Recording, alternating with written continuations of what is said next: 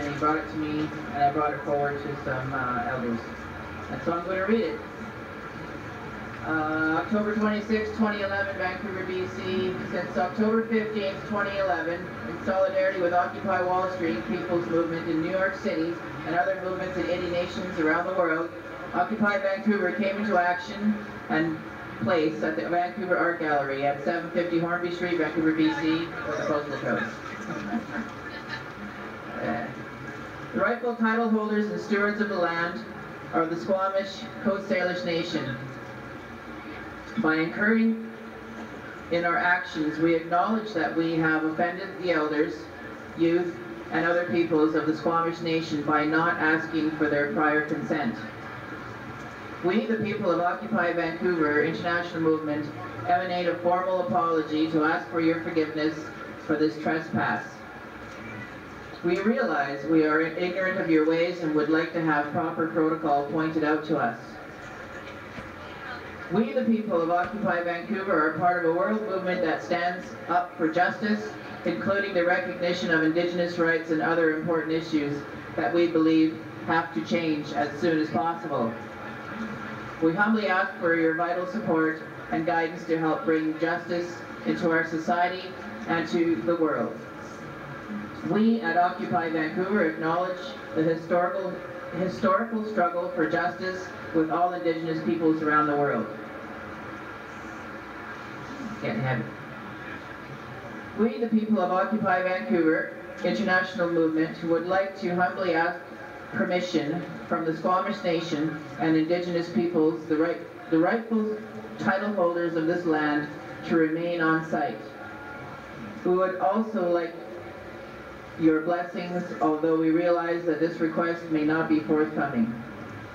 We also would like to honor your ancestors and are taking strides in this direction to make that a part of everyday life. We would like your direction on how best to do this.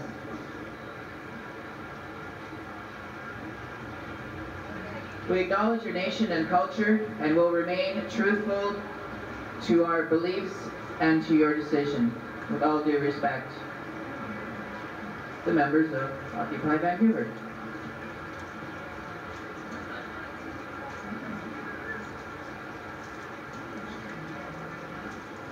Yeah, well, a point of, well, maybe because I look at it from our point of view. The Squamish are from here, but realistically speaking, if we're talking to the nation, I think that the good point that was brought up between myself and my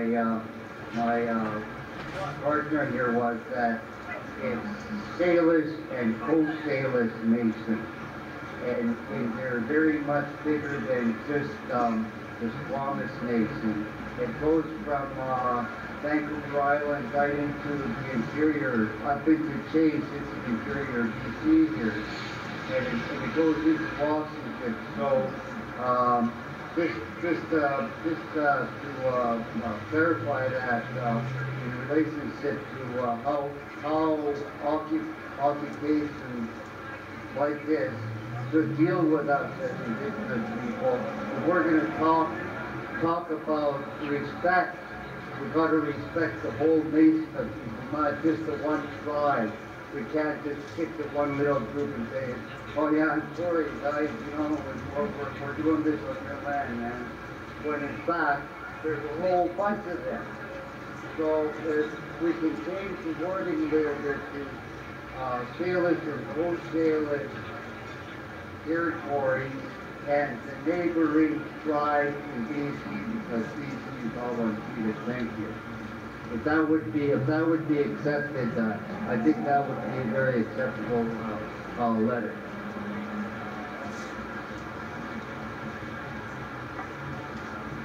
That's about addressing indigenous policy too is that's how we deal with one another when we talk to one another. Okay, that's how we deal with one another as Mason to Mason. Like, I'm a Hilton Mason member. For me to come here to speak to you and address Occupy Vancouver, I had to get permission from Squamish elder, and I did that on the past Monday when he came here to bless the woman's court hearing going on here for a murdered and missing woman. That's why we set that head up there as elders advisors for Occupy Vancouver, and I think that we want to keep doing it that way because we're asserting our jurisdiction as the indigenous population to the BC or to the territory. And that's where we stand on that. Thank you.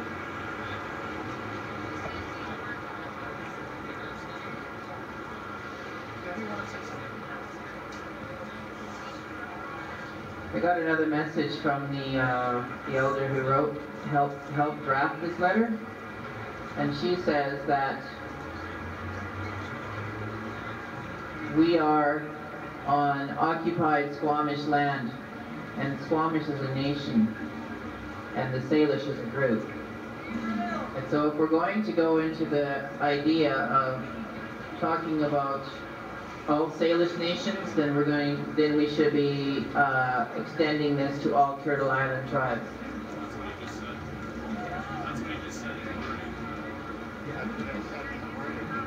Because it's a global thing. He's saying that we have to address all Native brothers make think of it here. It's a good thing. Sorry we have to argue like this, but it shouldn't be this way. If we are in occupied territory, we are in occupied territory, and we as indigenous people are trying to decolonize that system there. And I hope you're in my moccasins too. But not right now. well, I've been listening to you guys, all of you, all bicker back and forth here all evening for the past 3 hours, 2 hours, 2.5 hours. And what came out of it? Nothing. I just saw people storming off like I stormed off 3 days ago and came back 3 days later. But I know what I say is not going to affect you at all. But I'm telling you something from my heart that I really like what's going on around the world. But if you can't keep it together here, how do you expect this to go international? Well, it's been 2.5 weeks or something, a week and a half, and it's still progressing. I hope so. When you talk about the nations from this territory, I myself have been living here for 40 years, and I'm 58 years old, and I've been living here, as many of us were forced off our lands in BC alone because it's unceded territory. We are the Indigenous Sovereign Movement, and when this started in 1969, 1970, when we were forced off the reservation system, forced into the reservation in 69, and then evicted from my reservation in the 70s, and it kept going on and on. We got forced into the city. Now there's thousands and thousands of Indigenous people in this Vancouver alone from all over Canada that were evicted. And in BC, a lot of us got evicted from our land because they wanted this illegal treaty process to go through on our territory only for the resources of the land by huge corporations that people you are all standing up against. And I myself see you as little people, and I'm up against David and Goliath like what they are on that book. And we are against all what's going on around our community because our water's getting contaminated, our youth are committing suicide, our fish are disappeared. There's a lake up, Adams Lake now is called Ghost Lake because there's no more fish runs coming home. That's how I feel too, that now our ghosts are roaming this city. There's been 2,000 of us when we started as kids. Now, so far, I can only count on my hands 6 or 7 people that are in the movement from the 70s.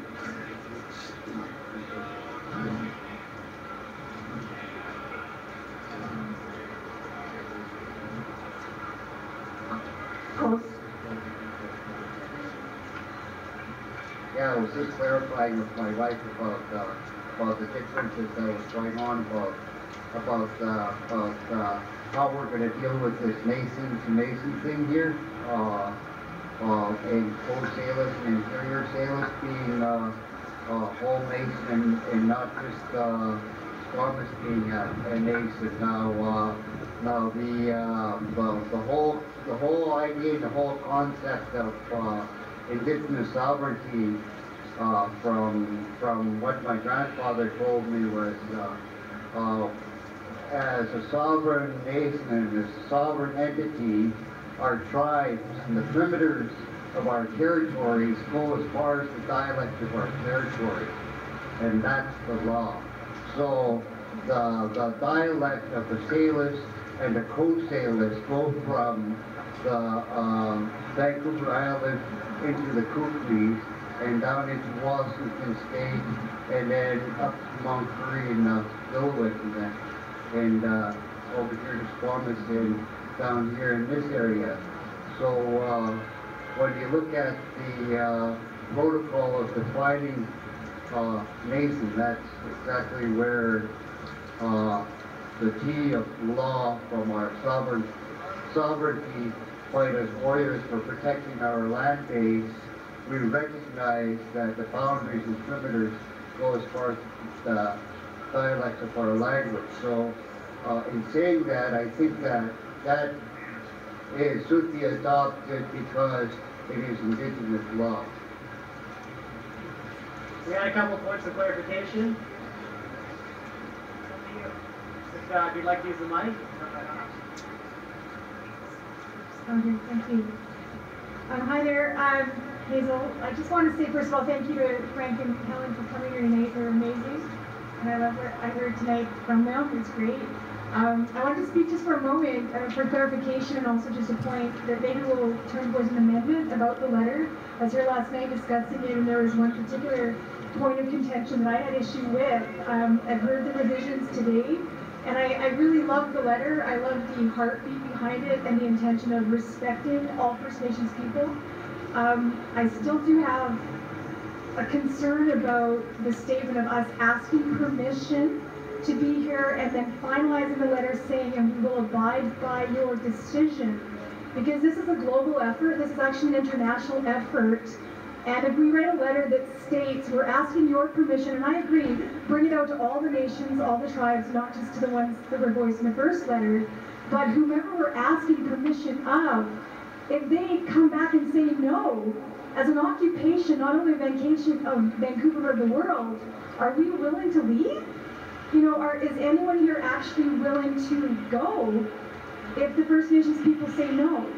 And I'm hoping and expecting that they will support and bless this movement, but to have a statement that says we will abide by your decision goes against perhaps the truth.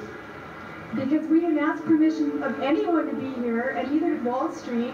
I mean, we've asked permission, I think, of the people at the Art Gallery, and I think it's important to respect the land owners and origination and whatnot. But would it not be deemed as disrespectful to ask permission for something that we're not willing to abide by if they don't give us the answer we're looking for? Instead of working together on the solution, already recognizing that fact. So perhaps what I'm saying is a proposal to an amendment to the letter to come up with some kind of consensus of a revision to saying permission and we will abide by your decision, unless we get a collective vote, even across the world, that we will abide by their decision, because this is not only about First Nations people, it's about all people. And personally, I don't want to leave if someone tells me I have to, because I'm planning to stay. And so I don't want to lie and tell them I'll abide by their decision. I don't want consensus that says that we will. So I'll pass it like that. So, shall I count that as an amendment then? Alright, so we have two friendly amendments. The first one being to include the other groups as well. Do you accept that amendment in the letter? Mic check. Mic check.